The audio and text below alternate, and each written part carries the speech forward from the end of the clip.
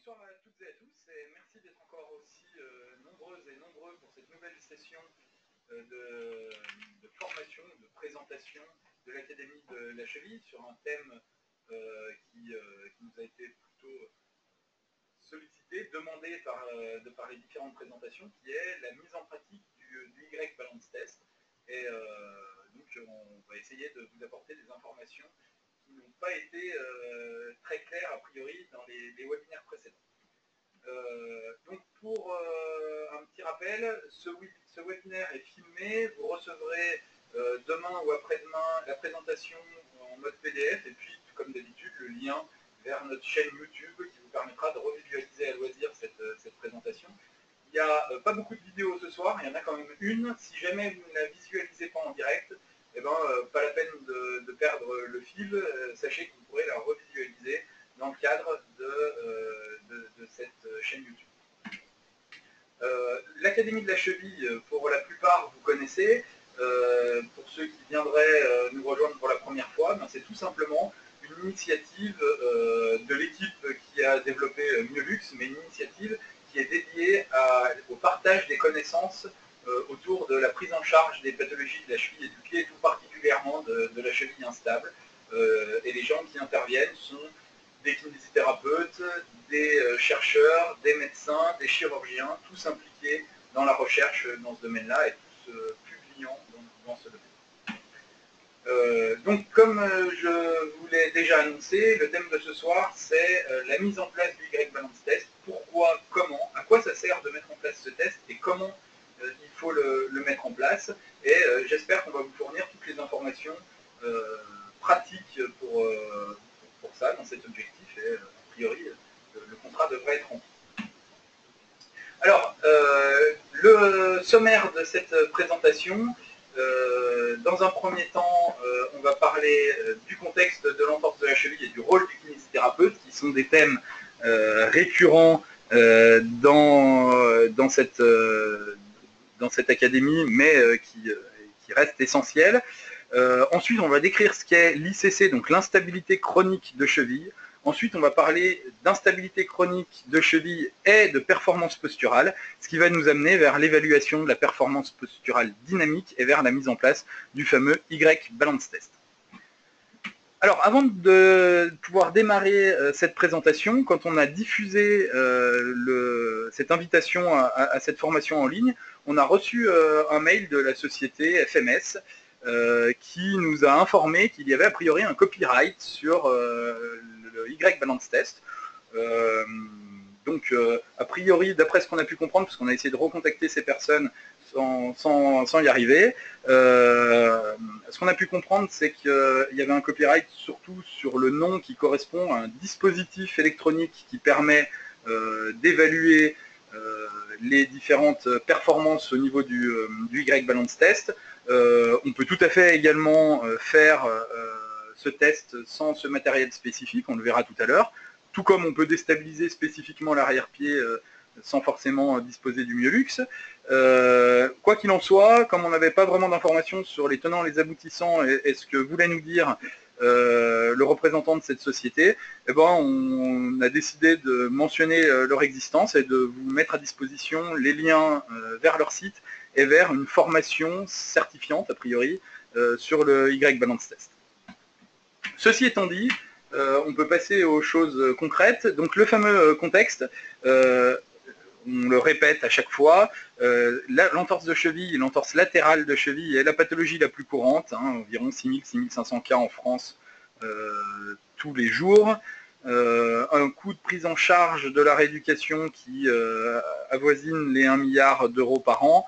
C'est la pathologie sportive la plus fréquente, 20-25% des cas dans certaines études, on tombe à 15% dans d'autres, mais dans tous les cas, c'est systématiquement la pathologie la plus fréquente. Dans 90% des cas, c'est une entorse latérale, parce qu'on a une propension à la déstabilisation en inversion, et je renvoie au webinaire de Brice Picot sur l'anatomie et la biomécanique de la cheville, et au fameux cardan d'ombre d'âne qu'il détaille dans cette présentation. On a un déficit à la fois numéraire et en termes de section, donc de capacité de production de force, des muscles éverseurs par rapport aux muscles inverseurs. Le rôle du kinésithérapeute en rééducation, bien évidemment, c'est de lutter contre la douleur et l'œdème, c'est de restaurer les mobilités articulaires, c'est de garantir la cicatrisation ligamentaire. Tout ça est en italique ici parce que ce ne sont pas des thèmes qu'on traite et sur lesquels on a des choses à vous dire, notamment ce soir. Ça ne veut pas dire que ce sont des thèmes secondaires, c'est tout simplement des thèmes qu'on ne va pas traiter. Ce qui nous intéresse, nous, c'est la restauration de la stabilisation active neuromusculaire efficace pour éviter le cercle vicieux de l'instabilité chronique de cheville et des récidives. En prévention, l'idée c'est de détecter les personnes qui sont en situation d'instabilité chronique ou en situation de déficit fonctionnel qui les expose tout particulièrement au risque traumatique, et puis de proposer une démarche préventive efficace et mettre en place une démarche objective de suivi, en fait, obtenir des indicateurs faciles à obtenir sur le terrain et qui permettent d'évaluer l'évolution d'un joueur ou d'un sportif ou d'un patient d'ailleurs, lambda, au fur et à mesure de la prise en charge qu'on lui propose. Alors, l'instabilité chronique de cheville, de quoi on parle? Là-dessus, il faut se référer au consortium international qui est notamment piloté par Philippe Gribel et au papier de 2013 à ce sujet. Alors, vous avez peut-être, pour ceux qui ont suivi le séminaire le webinaire de François Fourchet il y a quelques semaines, vous avez vu que ce groupe a publié d'autres consensus en 2016, mais qui se réfèrent plutôt aux coûts générés par l'instabilité chronique de cheville et à ses conséquences en termes de développement arthrosique et de sédentarisation. Ici, je pense que le papier de 2012 reste le plus pertinent pour bien poser les bases de ce qu'est l'instabilité chronique de cheville, à la fois pour harmoniser et standardiser les études scientifiques, mais aussi pour pouvoir détecter en cabinet facilement les personnes en instabilité chronique. Quels sont ces critères? Eh bien, d'une part, au moins un antécédent d'entorse de cheville qui a été associé à des symptômes inflammatoires, qui a engendré au minimum un jour d'interruption des activités habituelles. Et puis, on parle de quelqu'un qui est en instabilité chronique de cheville quand la dernière entorse a eu lieu il y a au moins 3 mois. Autrement dit, on n'est pas dans un épisode aigu traumatique, ou traumatique aigu, on est à distance du dernier événement traumatique. En complément sur cette cheville traumatisée, il y a au moins une récidive et ou un sentiment d'instabilité, d'épisodes de twist réguliers, et une instabilité auto-rapportée au moyen d'un questionnaire validé, et notamment du questionnaire A2I, qu'on a pu déjà transférer à la plupart d'entre vous, j'imagine. Et ensuite, cette altération fonctionnelle auto-rapportée, elle peut être quantifiée au moyen d'un autre questionnaire qui est le FAM et qui lui a été validé également en langue française par Carcia et collaborateurs en 2000. On vous l'a également diffusé. Alors, le thème qui nous intéresse ce soir, c'est l'instabilité chronique de cheville et la performance posturale. Qu'est-ce qu'on peut mesurer en termes de performance posturale pour évaluer un peu plus objectivement l'instabilité chronique d'un patient? Eh bien, il y a des revues de littérature qui ont été faites sur le sujet, et les gens qui s'intéressent à posture, instabilité de cheville, souvent évaluent la performance posturale orthostatique, c'est-à-dire sur plateforme de force, en demandant aux patients de manière statique d'être le plus stable possible. Les paramètres classiquement étudiés dans ce contexte, ce sont le déplacement du centre de pression et la vitesse du déplacement de ce centre de pression. Ces paramètres classiques, eh bien, il a été établi dans cette revue de littérature en 2 temps par McKeown et Hertel. Je vous rappelle que Hertel, c'est, s'il en est, le chercheur le plus éminent et en tout cas le plus représentatif dans ce domaine au monde. Cette revue de littérature nous indique que ces paramètres classiques sont tout à fait pertinents pour mettre en évidence des déficits liés à une instabilité, une entorse aiguë, donc dans les jours, les semaines qui suivent un épisode d'entorse, mais que ces paramètres ne s'avèrent pas assez sensibles pour mettre en évidence un déficit dans le cadre d'une instabilité chronique de cheville, et je vous rappelle qu'on est au moins distant de 3 mois du dernier épisode traumatique. Alors, à partir de là, ces auteurs ont essayé d'évaluer ou de déterminer des paramètres d'analyse de la posture orthostatique qui permettent de mettre en évidence ou de révéler des déficits caractéristiques des personnes qui sont en instabilité chronique de cheville. Et là, ils nous ont proposé un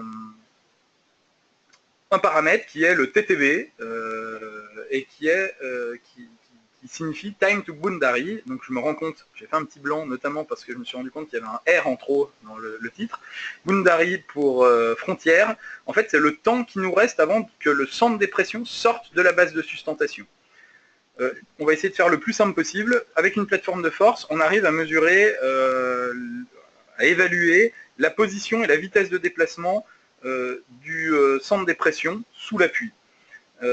Si ce centre des pressions sort de la base d'appui, donc la base de sustentation, eh ben on se met en péril. À chaque instant, on est capable de calculer la position et la vitesse de déplacement dans la direction antéro-postérieure comme dans la direction médio-latérale de ce centre des pressions. Et du coup, on peut se dire que si à cet instant, avec la distance qui sépare ce centre des pressions de la frontière de la base de sustentation et la vitesse à laquelle elle se déplace, eh ben, on peut calculer un temps théorique. Si les choses ne changent pas, il reste X millisecondes avant que le centre des pressions sorte de la base de sustentation et qu'on se mette en danger. L'idée des auteurs ici, c'est de dire peut-être que ce temps est plus court chez les personnes qui sont en instabilité chronique. Autrement dit, ces personnes en instabilité chronique, peut-être qu'ils sont plus sans arrêt plus près de la zone dangereuse, jouent plus avec le feu quelque part. Et c'est quelque chose qui a été démontré. Donc ça, c'est ce que je viens de vous expliquer. Hein. L'hypothèse, c'est que le temps qui reste avant que ce centre des pressions, à la fois en médio-latéral et en antéro-postérieur, sorte de la base de sustentation, serait éventuellement plus court chez les personnes en instabilité chronique par rapport à des sujets sains. Et c'est quelque chose qui a clairement été démontré avec les références qui sont présentées ici, que vous pourrez consulter autant que vous voulez. Alors, ça veut dire tout simplement qu'il y a des paramètres d'analyse de la posture orthostatique qui permettent de révéler des déficits très caractéristiques des personnes en instabilité chronique de cheville. C'est bien, n'empêche que ça nécessite du matériel, une plateforme de force, et ça nécessite des compétences en programmation pour aller calculer ce type de paramètres. Et puis, non des moindres, une troisième problématique qui est la complexité d'explication et de restitution de ce message au patient qui est quand même le principal intéressé. Vous voyez que je suis peut-être pas le meilleur pédagogue du monde, mais c'est compliqué d'expliquer ce type de phénomène et ce type de calcul, même dans un cadre tout à fait particulier où on peut partager une présentation PowerPoint et où on parle à des professionnels aguerris. Donc c'est compliqué à tous ces points de vue, et de là est née l'idée d'évaluer l'équilibre dynamique par le biais de ce qu'on appelle dans un premier temps le Star Excursion Balance Test, où on va évaluer l'appui qui est l'appui stable, et puis on va aller faire des tâches de pointage le plus loin possible avec l'appui contralatéral, et la performance est mesurée, c'est la distance atteinte. Plus la distance avec l'appui contralatéral à l'appui à la cheville testée, ou en tout cas au membre inférieur testé, est important, plus la performance est bonne. Et ça, c'est un test qui est très facilement accessible en cabinet. Donc ce fameux Y-Balance Test en pratique, qu'est-ce que... là, l'idée, c'était d'essayer de diffuser des messages les plus clairs possibles en restant dans la vérité scientifique. Il y a énormément de travaux qui sont faits sur ce sujet-là. On a beau retourner les choses dans tous les sens avec les collègues au laboratoire et les collègues kinésithérapeutes, médecins et chirurgiens avec lesquels on travaille, nous pensons que l'article de référence reste l'article de Gribble et collaborateurs en 2012. Et donc vous allez voir que la trame qui va être développée ici, c'est vraiment une trame issue de cet article qui est une revue de littérature. Et donc tout ne vient pas de ces auteurs-là, mais ils ont eu le mérite, comme le nom de revue de littérature l'indique, de compiler les principales informations qui font référence dans ce domaine. Alors, le Star Excursion Balance Test, c'est un test qui se fait dans 8 directions, donc antérieure, postérieure, latérale, médiale, et puis les composantes, donc antérolatérale, antéromédiale, postérolatérale, postéromédiale, et la cheville testée, c'est la cheville qui reste dans la zone de départ. Les distances, bien évidemment, en tout cas les angles entre les directions postérieures, par exemple, et les directions postéro-latérales, c'est bien évidemment un angle de 45 degrés. Alors, si vous avez un carrelage dans votre cabinet, c'est très simple, vous suivez l'angle des carreaux, si jamais ils sont carrés. Et puis, vous voyez qu'ici, on a mis en surbrillance, ou en tout cas, on a fait apparaître en rouge 3 directions principales, qui sont la direction antérieure, la direction postérolatérale et la direction postéromédiale. Et c'est ça qui représente le fameux Y balance test. Pourquoi? Parce que dans le fameux papier de Gribble et collaborateurs, vous verrez toutes les références qui font état de forte redondance des résultats dans les 8 directions. Et l'idée, ça a été de réduire à 3 directions principales pour rendre le test plus accessible et plus rapide à mettre en œuvre, sans perdre en précision. Donc ici, vous avez le passage de l'article qui prouve ce que je viens de dire. Vous pourrez revérifier tout ça autant que vous voulez, mais on est vraiment sur une traduction quasi littérale de ce que je viens de dire, c'est-à-dire qu'il y a une redondance claire entre les 8 directions, ce qui nous permet de ne pas perdre en précision en se focalisant sur 3 directions, et donc on passe du Star Excursion Balance Test au Y Balance Test. Ici, c'est le tableau 7 de ce fameux article qui, en fait, résume les principales choses auxquelles il faut faire attention en pratique quand on met en œuvre le Y Balance Test. Donc, on a fait le choix de vous présenter cette table. Les diapositives suivantes vont faire passer les messages qui sont intégrés à cette table, les principaux messages. Alors, le premier message qui n'est pas forcément remis en toutes lettres ici, c'est qu'il faut faire attention au chaussage. Si vous voulez tester un patient entre le début et la fin d'une rééducation, par exemple, ben, il faut qu'il soit chaussé dans les mêmes conditions. Donc le plus simple, c'est de lui proposer d'être pieds nus ou en chaussettes, hein, d'éviter tout type de chaussage. Il y a une chose qui est très importante, c'est que différentes études, encore une fois, largement détaillées dans la revue de littérature de Gribble et collaborateurs, montrent qu'il y a une stabilisation de la performance à partir de 4 essais dans chaque direction. Donc ce qu'on propose de faire, et ce que les auteurs proposent de faire, c'est de faire 4 essais d'entraînement dans chacune des 3 directions aux patients ou aux sportifs, et ensuite de refaire 3 essais qui sont les 3 essais pour lesquels on prend en compte la performance. Donc l'essai 5 à l'essai 7, ce sont les essais qui nous intéressent et pour lesquels on mesure les résultats. Ensuite, il faut standardiser la pose du pied d'appui, donc qui est le pied qui est évalué. Et là, il y a 2 options dans la littérature. Soit le pied est posé au centre, le centre du pied, en tout cas, est posé à l'intersection des 3 directions du Y, hein, antérieur, postéro-latéral, postéro-médial. Ça reste la configuration la plus utilisée, et c'est celle que nous, on a choisi d'utiliser, vous le verrez dans le cadre des études qu'on a pu mettre en place à ce sujet. Et puis, il y a d'autres auteurs qui préconisent de différencier la position du pied en fonction des directions antérieures ou postérieures. Et là, ils préconisent de placer plutôt l'extrémité distale de l'orteil le plus long au niveau de cette intersection pour les directions antérieures et de poser la partie la plus postérieure du talon au niveau de cette fameuse intersection pour les directions postérieures. Donc j'ai dit les directions, si on est sur le Star Excursion Balance Test, il y a 3 directions antérieures, 3 directions postérieures. Si on est sur le Y Balance Test qui nous intéresse tout particulièrement ce soir, eh bien il y a une direction où on va mettre l'extrémité distale de l'orteil le plus long, c'est la direction antérieure au niveau de cette intersection. Et puis pour les directions postéro-latérales et postéro-médiales, on mettra au niveau de l'intersection la partie la plus postérieure du talon. Cela étant dit, je vous le redis, l'option qui a été choisie et qui est la plus couramment choisie et qu'on va suivre sur les diapositives qui viennent, c'est la première option qui est on positionne le milieu du pied au niveau de l'intersection. Des choses très importantes ici. L'essai est invalidé si, et là, il y a 4 éléments très importants. 4 éléments très importants. Le pied d'appui, qui est donc le pied évalué, s'il bouge, l'essai est invalidé. C'est-à-dire si on décolle le pied, si on le déplace de quelque manière que ce soit, c'est un facteur d'élimination de l'essai. Si le talon du pied d'appui se décolle, on élimine l'essai. Vous le verrez tout à l'heure, en fait dans la direction antérieure, ce qu'on évalue le plus, c'est la capacité de dorsiflexion en charge. Donc bien évidemment, si on décolle le talon, on se déconnecte complètement de cet objectif. Il ne faut pas non plus qu'il y ait un transfert de charge entre le pied d'appui, qui est donc le pied testé, et le pied qui va faire la performance d'atteinte et la performance de pointage.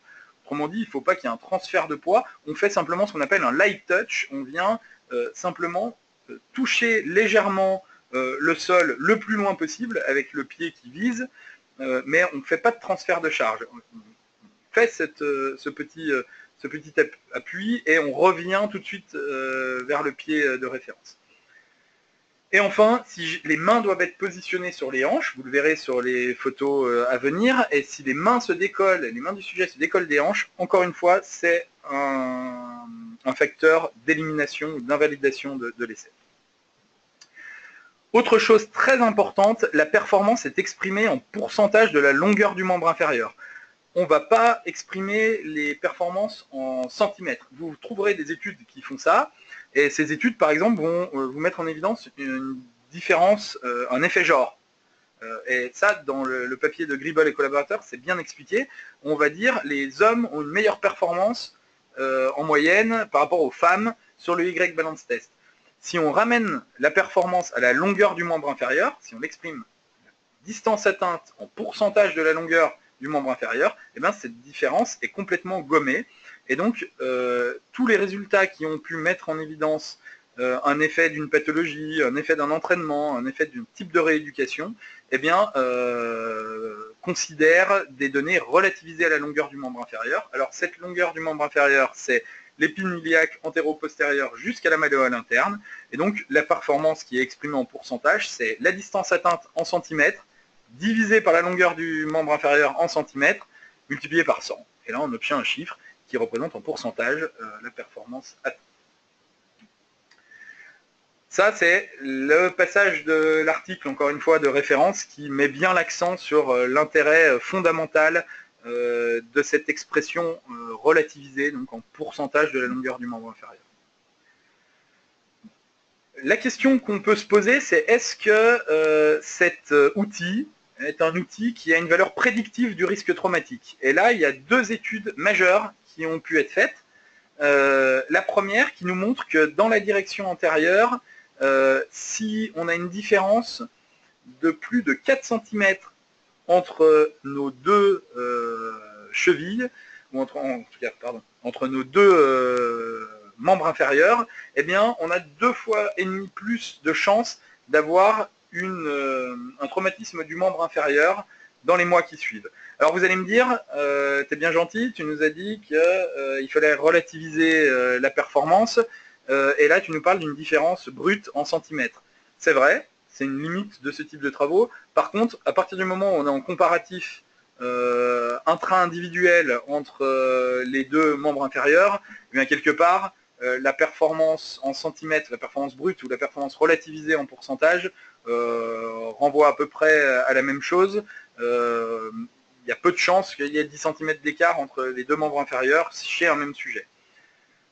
Deuxième chose qu'on voit sur cette diapo, c'est que sur une population féminine, et là on est bien sur un score relativisé, les personnes, les sportives qui ont un score total, donc c'est-à-dire quand on moyenne la performance dans les 3 directions, et donc sur 3 essais dans chaque direction, après 4 essais d'habituation dans chacune de ces directions, si le résultat moyen est inférieur à 94% de la longueur du membre inférieur, eh bien ces personnes-là ont un risque significativement plus élevé d'avoir une blessure au niveau du membre inférieur dans les mois qui suivent, ou en tout cas dans la saison sportive qui suit. Alors, c'est très bien, c'est intéressant, ces résultats. Par contre, vous avez vu qu'on a parlé de membre inférieur ici. Ce qui nous intéresse ce soir, c'est la cheville, c'est l'instabilité chronique de cheville. Et donc, on a a priori une valeur discriminative, une valeur avec un seuil qui semble assez représentatif de 94%, mais qui renseigne sur le risque de blessure du membre inférieur. Donc, un risque plus global que la cheville. Nous, ce qui nous a intéressé, et donc ça, c'est des résultats qui sont repris largement, hein, vous voyez, Gribble 2012 encore une fois, mais d'autres auteurs reviennent sur cette problématique-là. Donc nous, on a essayé de se dire, est-ce qu'on peut rendre ce test plus spécifique, plus révélateur des problématiques très localisé au niveau de la cheville et notamment de la cheville instable. Alors, pour notre hypothèse, pour rendre ce test plus spécifique de la cheville, ça a été de dire peut-être que si on place la cheville en situation d'instabilité spécifique, alors instabilité spécifique, ça veut dire quoi? Ancrage de l'avant-pied au sol, déstabilisation physiologique de l'arrière-pied en inversion. Et vous voyez que là, on a le milieu du pied au niveau de la... On va relancer une fois la vidéo. On a le milieu du pied au niveau de l'intersection entre les trois directions. Et on voit qu'on vient proposer au sujet la même problématique, mais en mettant l'accent sur la stabilisation de la cheville via une déstabilisation spécifique. Eh bien, en faisant ça, on a obtenu des résultats qui ont été décrits dans le cadre de l'article qui est présenté ici et qu'on pourra vous faire passer si vous le désirez. Et ce qu'il faut retenir principalement de ces résultats, c'est qu'il y a un seuil à 82%. C'est-à-dire en situation d'instabilité spécifique de la cheville, comme vous venez de le voir, toutes les personnes qui ont une cheville stable sont capables, dans cette situation d'instabilité chronique, de dépasser 82% de la longueur du membre inférieur, et toutes les personnes qui sont en instabilité chronique de cheville ne sont pas capables d'atteindre ce seuil.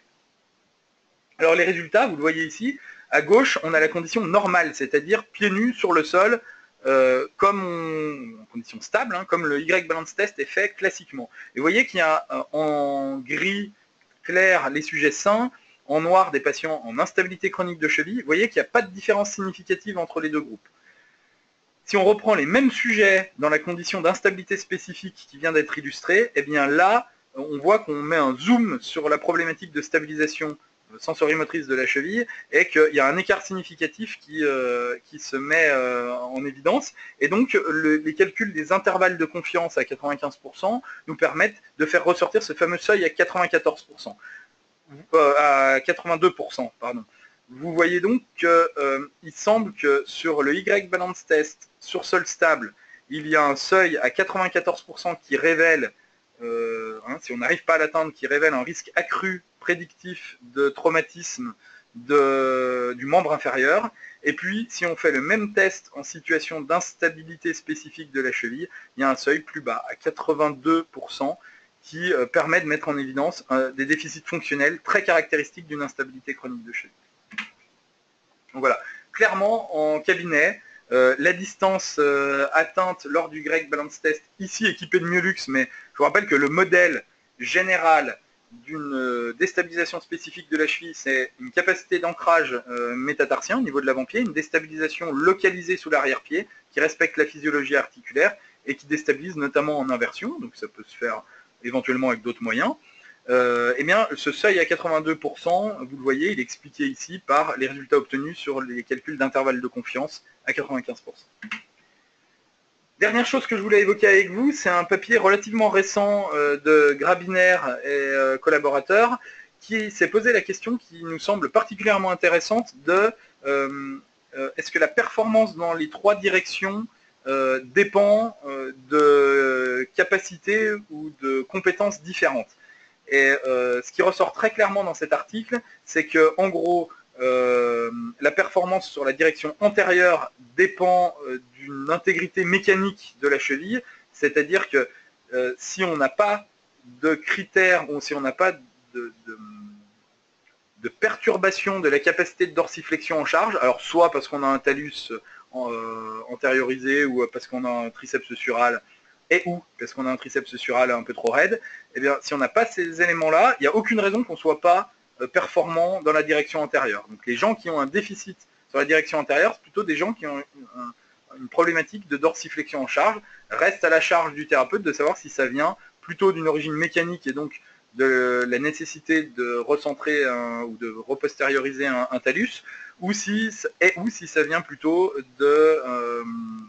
d'une rétractation du triceps sural. A l'inverse, ou de manière différenciée, la performance dans les directions postérolatérales et postéromédiales semble dépendre plutôt de paramètres fonctionnels, sensorimoteurs, donc l'acuité proprioceptive et la capacité de production de force des éverseurs. Donc c'est intéressant à prendre en compte. Et ce qu'on peut voir là dans les travaux en cours au laboratoire, c'est que c'est tout particulièrement dans la direction postérolatérale que le fameux seuil de 82% est tout à fait parlant. Les personnes qui ont une faiblesse fonctionnelle sensorimotrice de la cheville, et notamment des éverseurs, sont incapables, en situation d'instabilité spécifique de cheville, d'atteindre le fameux seuil de 82% de la longueur du membre inférieur dans la direction postérolatérale. Voilà, on en arrive à la fin de cette présentation. Je vous remercie pour votre attention. J'espère que le déroulé a été à peu près clair et a répondu à vos attentes. Vous voyez ici le programme des sessions de la semaine dernière et de celle qui est en cours, et puis de celle des 2 prochaines sessions. Le programme est en train de s'étoffer, mais les thèmes à venir, c'est de nouveau François Fourchet qui nous fait le plaisir de revenir nous parler de gainage du pied par le renforcement des muscles intrinsèques. Et puis, on sera très heureux également avec Brice Picot de co-animer une session le 11 avril sur les critères et les tests accessibles pour piloter le retour sur le terrain. Voilà, je vous remercie pour votre attention, et puis on va pouvoir voir avec Grégoire maintenant s'il y a des questions et si on peut essayer de répondre à certaines d'entre elles. Alors une question de Damien, peut-on faire le Y-Balance Test couplé à une plateforme de force pour plus de données sur la vitesse du centre de gravité et du test des frontières ITB? Alors, Damien, ouais, merci, c'est une super question. Alors, dans la littérature scientifique, il y a énormément de travaux sur Y-Balance Test ou Star Excursion Balance Test et plateforme de force et même données électromyographiques, etc. Donc oui, ça peut apporter des informations. Moi, ce qui me semble particulièrement intéressant, c'est que ces travaux-là soient faits dans les laboratoires pour valider des tests qui soient plus facilement démocratisables et généralisables sur le terrain. Et donc, l'idée, c'est de ne pas forcément avoir besoin de tests instrumentés.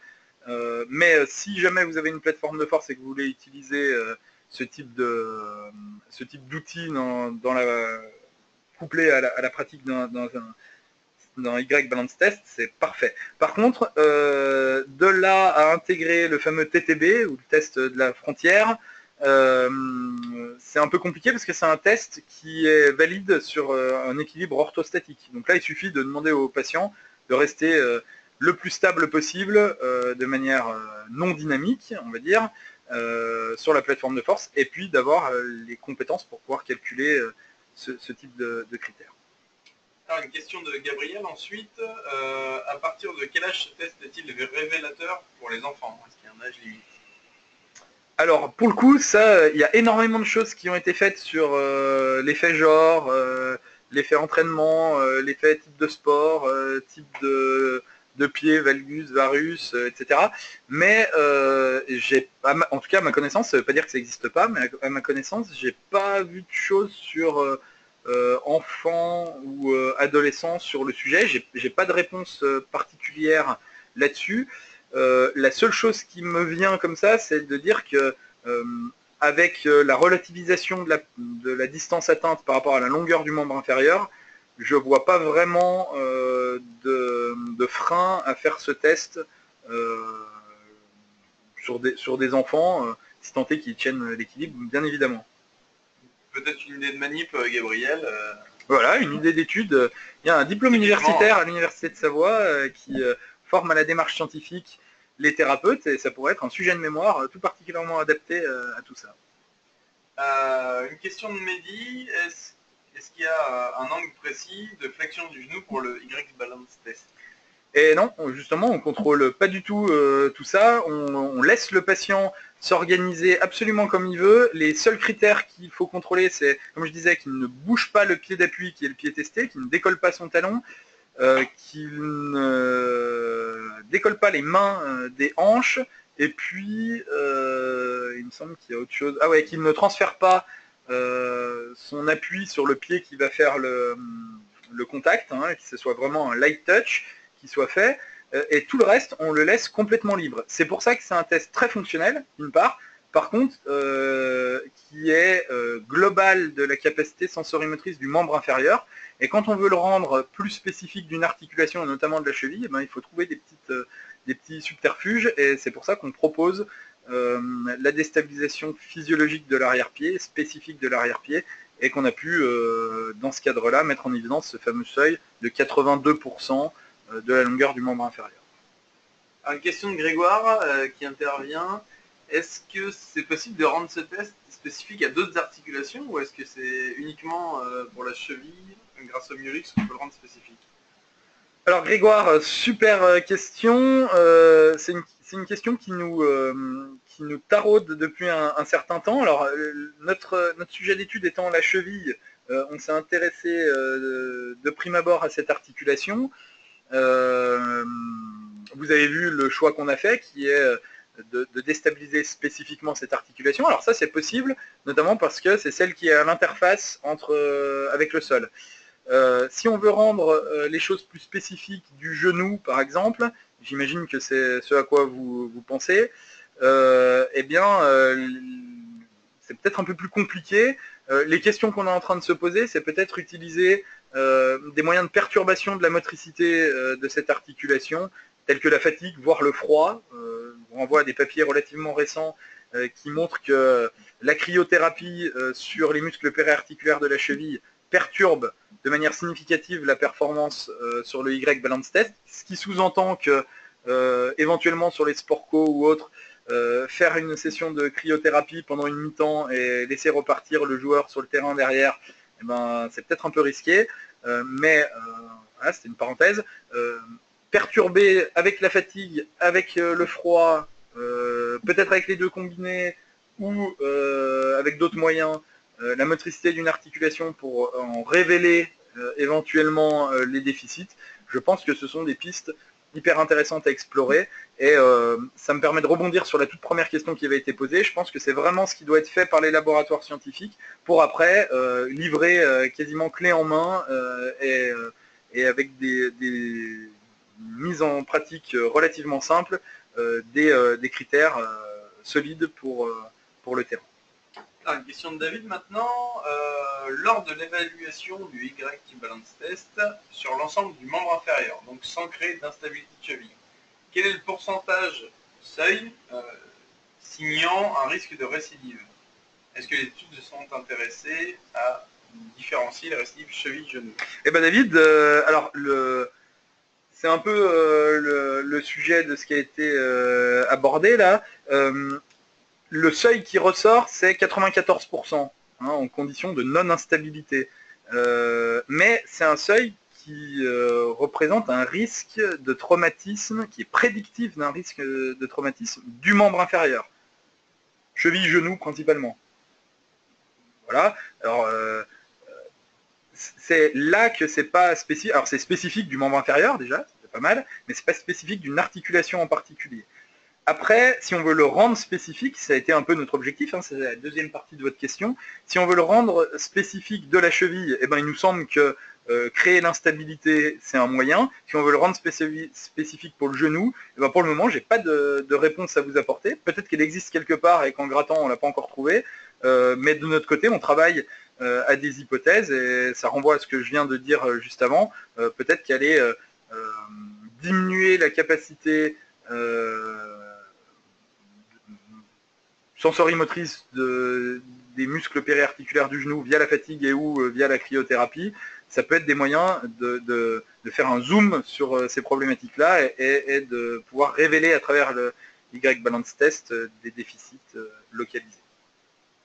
Une nouvelle question de Mehdi qui redemande, je pense que c'est une question qui a été abordée mais qu'on peut repréciser, est-ce qu'il y a une différence de performance entre les hommes et les femmes? Alors Mehdi, l'article de référence que j'ai essayé de dérouler, alors bien évidemment, j'ai pas tout présenté, mais qui est un peu le fil directeur de cette présentation, qui est l'article de Gribble et collaborateurs, eh bien, nous montre clairement que quand on présente les données en données brutes, c'est-à-dire la distance atteinte en centimètres, effectivement, les hommes ont une performance supérieure aux femmes. Par contre, quand on relativise cette distance qu'on exprime en pourcentage, donc la distance atteinte est un pourcentage de la longueur du membre inférieur, la longueur du membre inférieur étant la distance entre l'épine iliaque antéro-supérieure et la malléole interne, et bien là, on gomme ces différences, et c'est pour ça que cette procédure de standardisation ou de relativisation est tout à fait indispensable, en tout cas si on veut comparer différentes personnes avec des morphologies et ou des genres différents.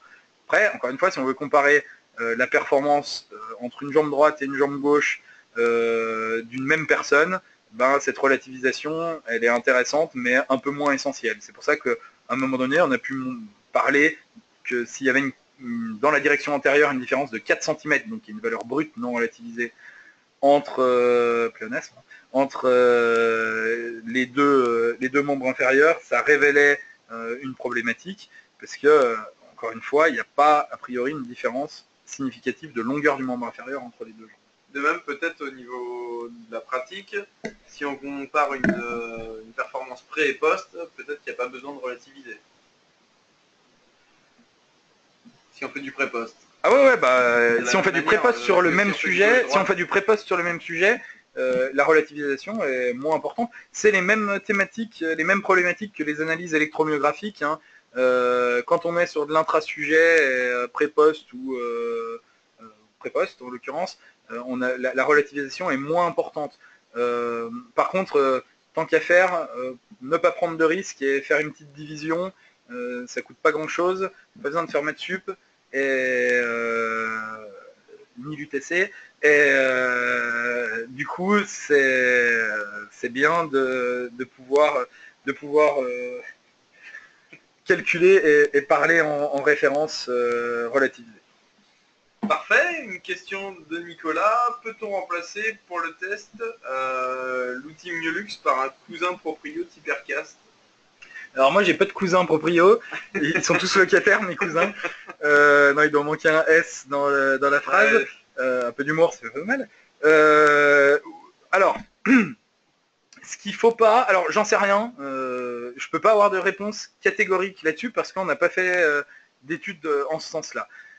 Ce que je sais, et ce qu'on a publié avec Nicolas Forestier et Normand Tisdel en 2015, c'est qu'une déstabilisation localisée sous l'ensemble du pied n'est pas spécifique de la cheville. C'est quelque chose qui perturbe plus l'équilibre global que la proprioception de la cheville.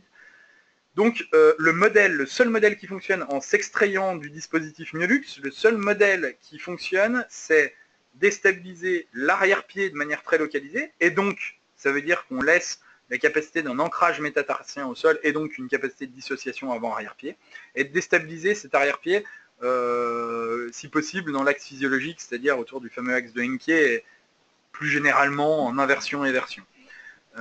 Ça peut se faire, par exemple, avec ProprioFoot, ça peut se faire avec, alors sans être complètement dans l'axe inversion-éversion, mais par exemple l'avant-pied au sol et une balle de tennis sous l'arrière-pied. Alors, on peut imaginer plein de choses.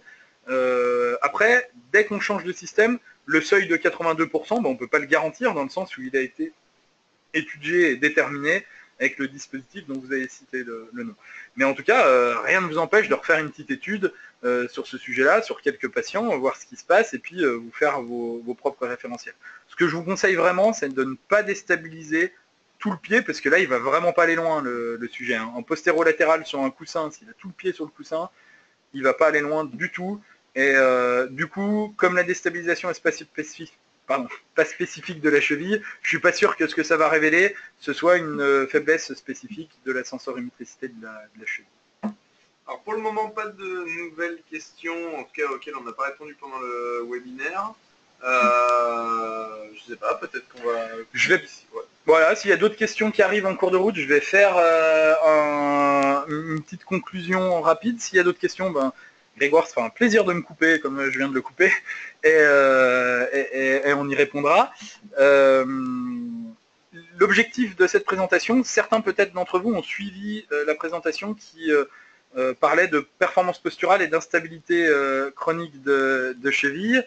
Et on avait eu quelques retours après cette présentation où on parlait déjà du time to boundary, de l'Y balance test, et on nous avait demandé pas mal de choses sur des concepts plus pratiques, c'est-à-dire c'est quoi la relativisation, qu'est-ce qui fait qu'on invalide un essai, etc. Donc là, le but, c'était de revenir sur ces concepts-là avec en passant un peu plus de temps sur ces aspects pratiques. J'espère que l'objectif est atteint. En tout cas, si ce n'est pas encore très clair, quand vous allez recevoir le PDF demain, sachez que vous avez toutes ces infos sur 2-3 diapos, c'est-à-dire comment, sur la base de quels critères j'invalide un essai, comment je calcule ma performance relativisée à ma longueur du membre inférieur.